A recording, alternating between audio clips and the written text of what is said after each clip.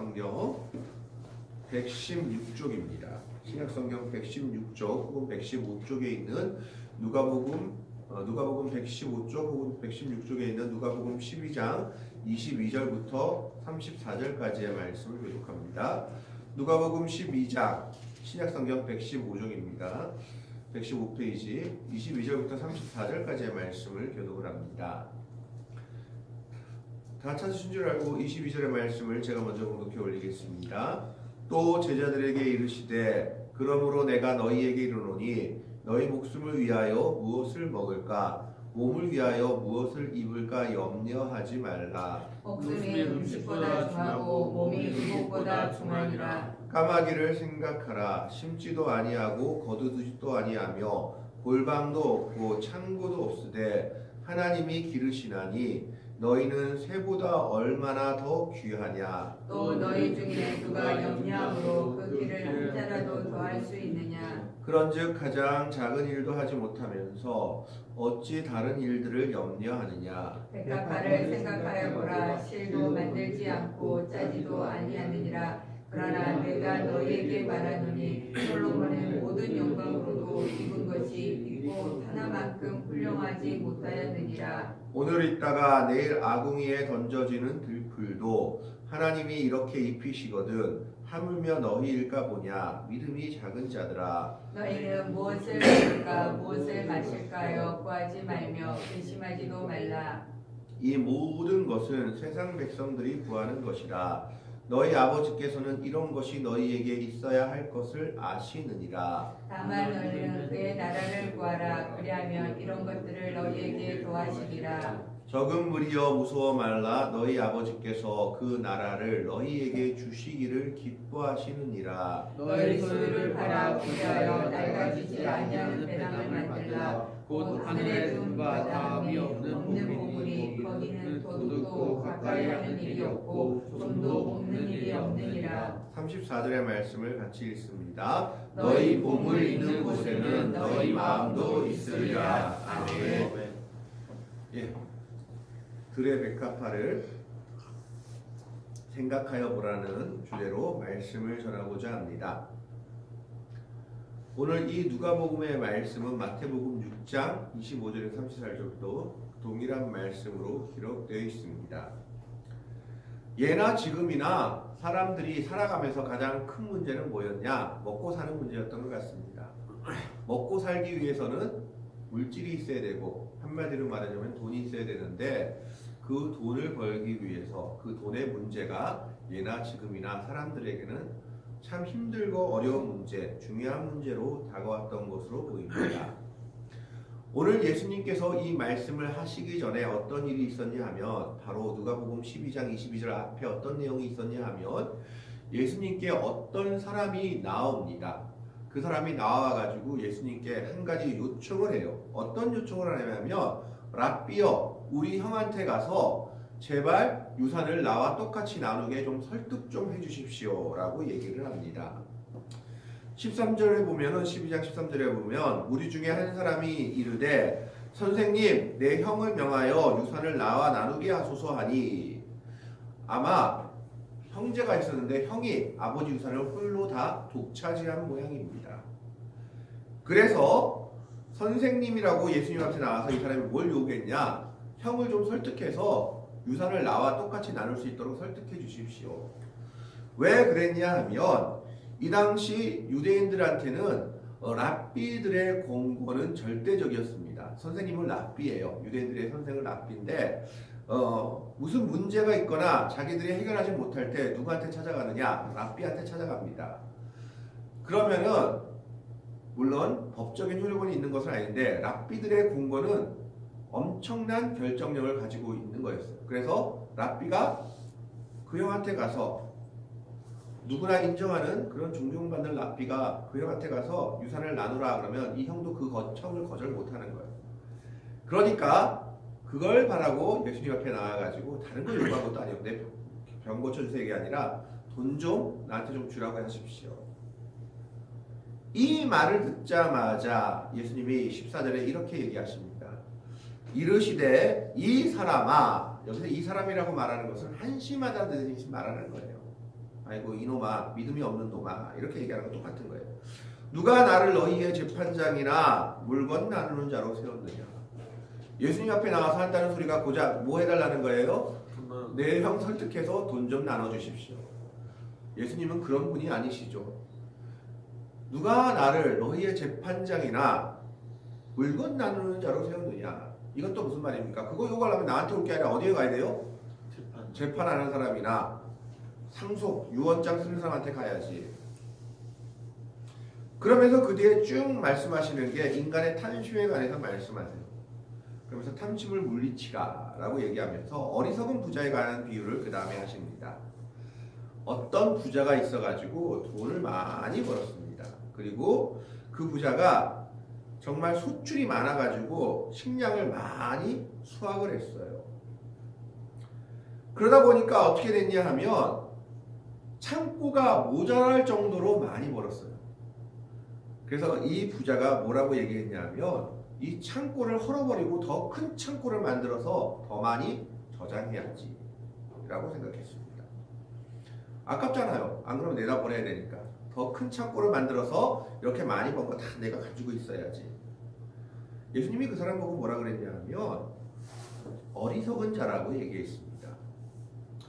그 사람이 뭐라고 얘기했냐면 내가 여러 해 쓸 물건을 다 만들어 놓았기 때문에 큰 창고를 만들어서 이 뭐예요? 곡식을 저장하기만 하면 평안히 쉬고 놀고 먹겠구나. 우리말로 하면 평생 놀고 먹을 수 있겠구나. 이 말하고 있는 거예요. 그런데 예수님이 뭐라고 얘기했냐면 어리석은 자여 하나님이 오늘 밤 내 영혼을 찾아가시면 그게 무슨 소용이 있겠느냐라고 얘기를 하는 거예요. 돈을 1조를 있든 10조를 있든 100조를 있든 그날 밤 죽으면 그 돈은 누구께 돼요? 남의 게 되죠. 아들 거 아니면 남의 게 되죠. 그러면서 그 사람에 대해서 뭐라고 얘기했냐면 자기를 위하여 재물을 쌓아두기만 하고 하나님께 대해 부여하지 못한 자가 이런 어리석은 부자와 같다라고 얘기하고 있습니다. 그러면서 오늘 22절의 말씀으로 넘어오는데 21절에서 34절의 말씀은 두 종류의 사람한테 말씀하시는 거예요. 첫 번째 종류는 어떤 사람이냐? 너무 힘들어서 오늘 내일 먹을 것 때문에 고민하고 있는 사람들을 향해 하시는 말씀입니다. 물질이 너무 없어가지고 이거 오늘 어떻게 살지 내일 어떻게 살지 하는 사람들에게 하시는 말씀. 그리고 넘어가서 두 번째 종류의 사람은 어떤 사람이냐? 너무 물질해가지고 돈만 쌓아두고 돈만 많이 있는 사람들, 물질만 많이 쌓아두는 그런 두 종류의 사람들에게 하시는 말씀이 오늘 본문의 말씀입니다. 오늘날이나 이 당시나 먹고 사는 문제, 하루하루 먹는 문제가 너무나 힘들었던 겁니다.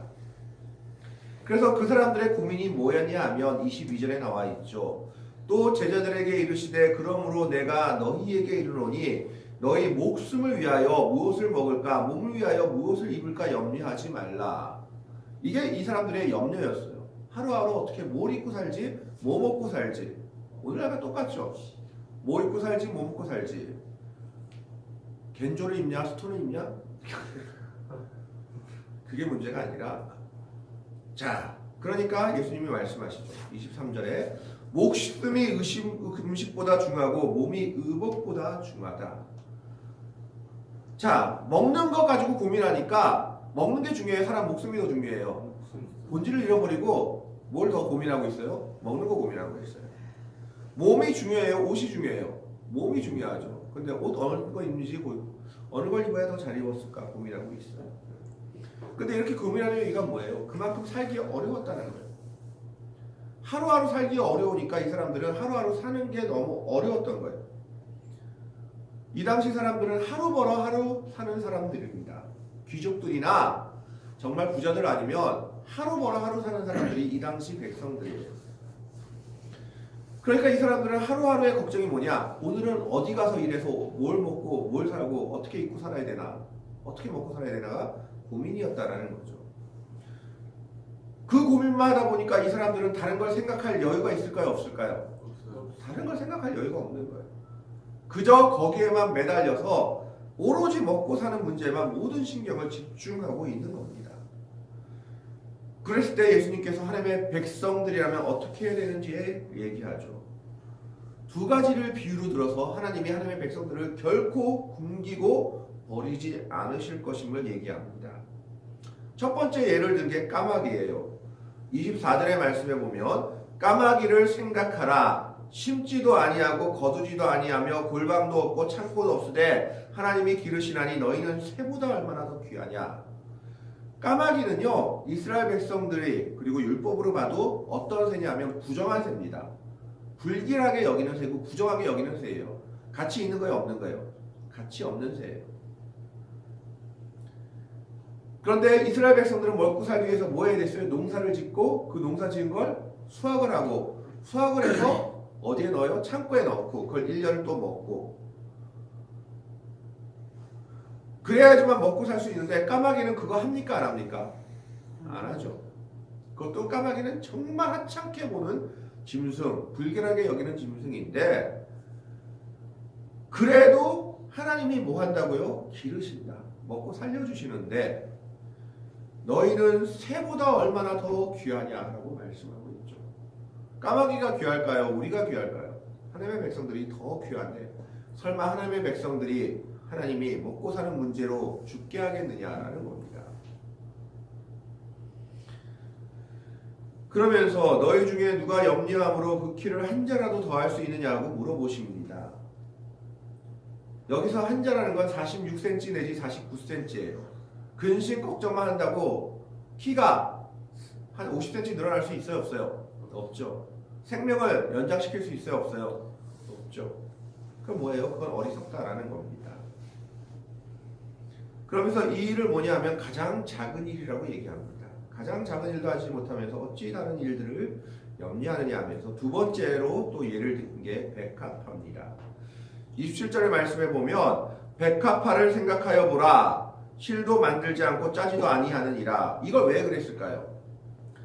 여기서 말하는 백합화는 우리가 흔히 아는 뭐 아주 좋은 백합화, 뭐 장식되는 백합화가 아니라 이스라엘 들에서 야생에서 흔하게 피는 야생화 종류입니다. 별로 종류가 귀한 게 아니에요. 정말 흔하게 피는 야생화 종류를 말하고 있는데, 이스라엘 들판에서 피는 야생화 종류인데, 이 야생화가 얼마나 쓸모없느냐 하면 다른 식물들은 거기서 실도 짤 수도 있고 실도 만들 수 있고 뭐 뭘 짜서 뭘 다른 데 쓸 수도 있는데 아무 데 쓸데없는 게 백합화예요. 물을 낼 수도 없고. 그런데 이 백합화가 얼마나 쓸데없냐 하면 28절의 말씀을 봅시다. 오늘 있다가 내일 아궁이에 던져지는 들풀이다 라고 묘사하고 있어요. 그러니까 그게 뭐냐면 정말 쓸데가 없어서 겨우 뭐에 쓰느냐, 불 떼는 데 쓰는 거예요. 불 쬐는데. 야생화 그냥 불 좀 이렇게 떼는데 불 가지로 그냥 쓰이는 거, 그 정도 역할밖에 못하는 게 백합화입니다. 이 당시 이스라엘 들판에서 흔하게 볼 수 있는 백합화예요. 그런데 예수님이 말씀하시죠. 가장 똑같아요. 뭐라고 얘기했냐면 네, 그러나 내가 너희에게 말하노니 솔로몬의 모든 영광으로도 입은 것이 이 꽃 하나만큼 훌륭하지 못하였느니라. 여러분, 이스라엘 역사 속에서 가장 부강했던 시절이 언제인 줄 아세요? 솔로몬 때예요. 이때 얼마나 부강했냐 하면 금이 흔했고 은은 돌멩이 같았다라고 기록하고 있어요, 성경에. 그래서 이 당시 솔로몬의 궁전에 대한 내용을 보면 모든 게 다 금으로 만들었어요. 심지어 먹는 숟가락, 먹는 그릇, 금으로 안 만든 게 없을 정도로 모든 게 금으로 도배된 게 솔로몬 시대입니다. 그런데 그 시대의 영광으로 입은 것이 이 꽃 하나만도 못하다라고 얘기하고 있어요. 왜? 그 작은 꽃을 누가 돌보시기 때문에? 하나님이 돌보고 피워주시기 때문입니다. 그 꽃이 어떤 꽃이냐? 오늘 있다가 내일 아궁이에 던져지는 쓸모없는 들풀과 같은 꽃입니다. 실도 짤 수도 없고 만들 수도 없고 아무런 짝에 쓸모없는 그냥 피어난 야생화예요. 그런데 그런 꽃도 솔로몬의 모든 영광으로도 입은 것보다 더 훌륭하게 입히시고 먹이시며 보호하시는 게 하나님의 은혜요, 하나님의 사랑인데, 그런 들풀도 하나님이 이렇게 입히시거든 하물며 너희일까 뭐냐. 까마귀가 귀합니까? 하나님의 백성이 귀합니까? 야생화 같은 백합화가 귀해요? 하나님의 백성들이 더 귀해요? 그러면 까마귀도 먹이시고 백합화도 먹이시는 하나님이 하나님의 백성들을 버려두실까요? 절대 버려두실 리가 없지요. 그래서 이 사람들을 보고 그 근심에서 빠져나오지 못하는 사람들을 보고 예수님이 뭐라고 얘기하냐면 믿음이 작은 자들이다 라고 얘기합니다. 하나님을 온전히 신뢰하지 못한다라는 겁니다. 그 사람들을 향해서 믿음이 작은 자들이다. 그러면서 예수님이 이렇게 얘기하십니다. 너희는 무엇을 먹을까 무엇을 마실까 하여 구하지 말며 근심하지도 말라. 좀 이상하죠.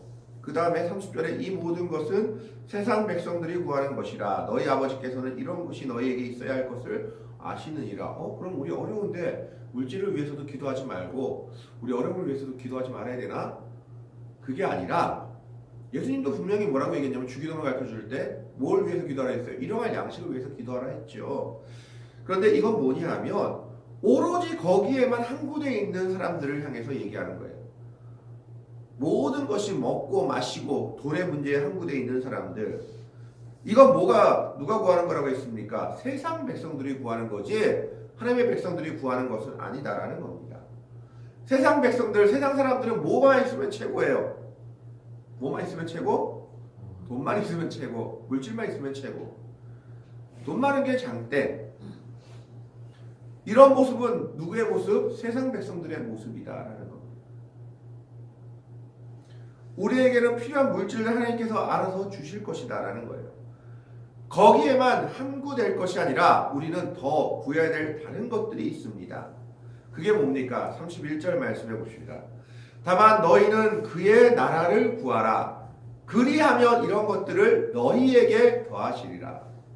우리가 먼저 구해야 될 것, 우리가 먼저 바라봐야 될 것, 하나님의 나라와 하나님의 나라를 구해야 된다라는 겁니다. 더 위의 것을 바라보고 기도하며 소망하며 나아가야 한다라는 거예요. 그렇다면 밑에 것은 아무 소용이 없냐? 그렇게 나갔을 때 이 밑에 것들을 뭐라고 한다 했어요? 너희에게 더해 주신다라는 거예요. 세상 사람들은 오로지 밑에 것만을 목적으로 삼고 살아갑니다.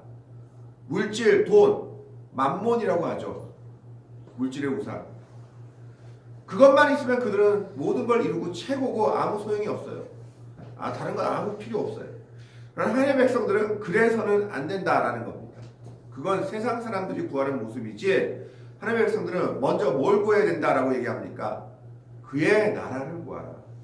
하나님의 나라를 먼저 바라보고 구하고 하나님의 나라를 위해서 살아갈 때 이 세상에서 필요한 모든 것들을 하나님의 백성들에게 하나님께서 더해 주신다라고 예수님이 약속하고 있는 겁니다.